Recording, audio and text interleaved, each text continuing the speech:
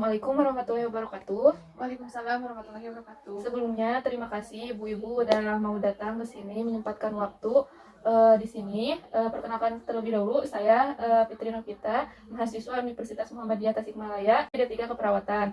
Nah, tujuan saya di sini adalah untuk melakukan penyuluhan pendidikan tentang apa itu stroke. Sebelumnya untuk kontrak waktunya saya memerlukan waktu 30 menit.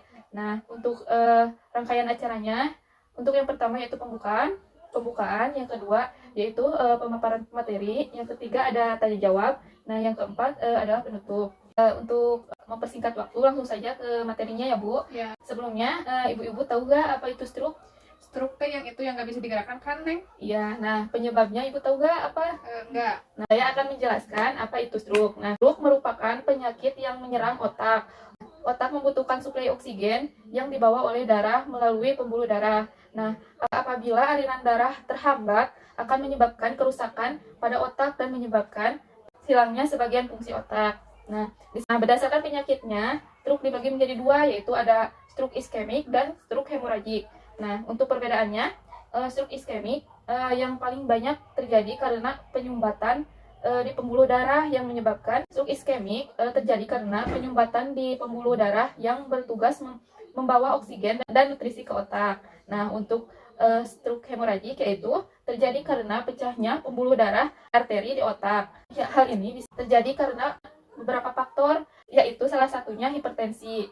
Nah, ada yang mempunyai riwayat hipertensi?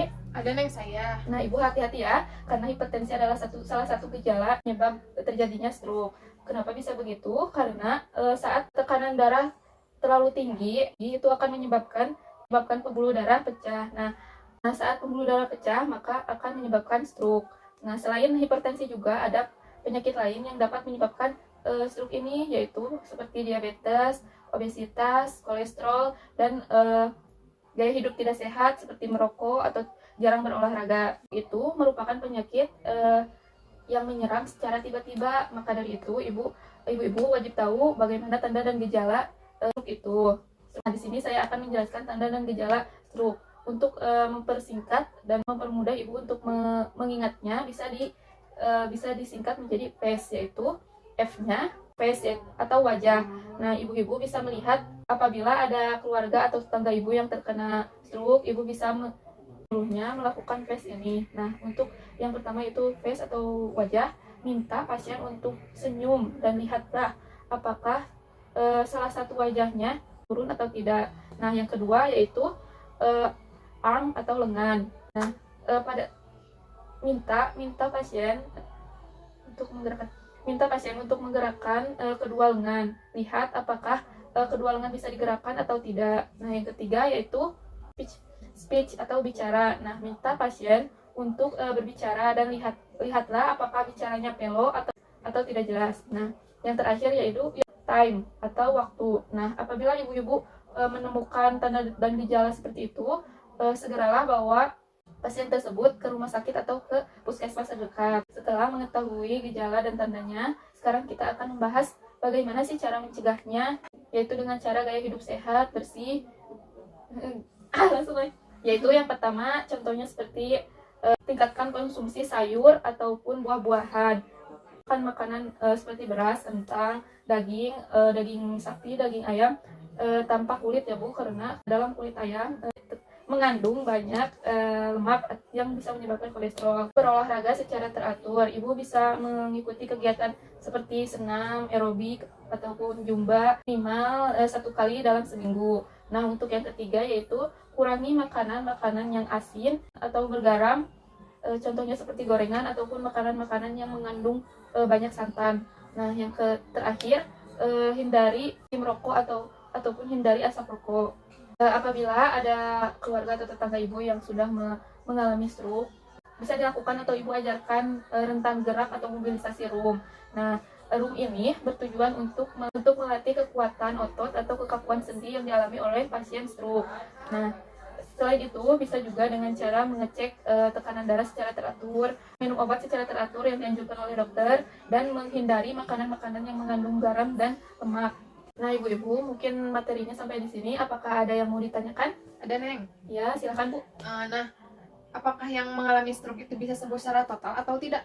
Kalau itu sih tergantung ya Bu, tergantung si pasien yang mengalami stroke yang dialami pasien tersebut, dan juga tergantung penanganannya cepat atau tidak. Iya. Karena kebanyakan kan kalau di kampung kalau ada yang stroke itu biasanya dibiarkan terlebih dahulu, padahal seharusnya langsung dibawa ke rumah sakit atau puskesmas terdekat, karena waktu emas penanganan untuk pasien stroke yaitu 4-5 jam setelah terjadinya serangan. Nah, seharusnya itu langsung dibawa ke rumah sakit agar bisa ditangani secara tepat. Ya. Nah, mungkin ibu-ibu materi yang saya sampaikan sudah selesai. Sekarang coba sebutkan kembali penyebab stroke itu kenapa? Adanya sumbatan darah ke otak kan tadi teh? Ya. Ya. Nah, berdasarkan penyakitnya, stroke itu dibagi menjadi berapa? 2. Ada. Yang pertama itu ada stroke iskemik sama stroke hemorrhagic. Iya, betul. Nah, sekarang apakah ibu-ibu bisa menyebutkan tanda dan gejalanya? Yang fast ya tadi teh. Iya. Apa sih pas itu, Bu? Tadi teh ada pokoknya wajah, terus lengan, waktu, sama satu lagi lupa lagi, sama bicara ya. Iya, benar. Nah, untuk cara pencegahannya apa saja? Cara pencegahannya itu yang penting mengonsumsi makanan yang sehat, terus mengurangi makanan yang tinggi lemak dan yang mengandung kolesterol, yang menyebabkan kolesterol nantinya. Terus mengonsumsi sayuran, buah-buahan, dan lebih memperbanyak melakukan olahraga seperti itu mungkin, Neng. Ya, bagus sekali ya, ibu-ibu mungkin sudah paham. Nah, mungkin sekian pemaparan materi dan penyuluhan dari saya. Semoga bisa bermanfaat dan bisa diterapkan dalam kehidupan sehari-hari ya, Bu. Sekian, terima kasih atas perhatiannya dan waktunya. Saya izin pamit. Assalamualaikum warahmatullahi wabarakatuh. Waalaikumsalam warahmatullahi wabarakatuh. Terima kasih.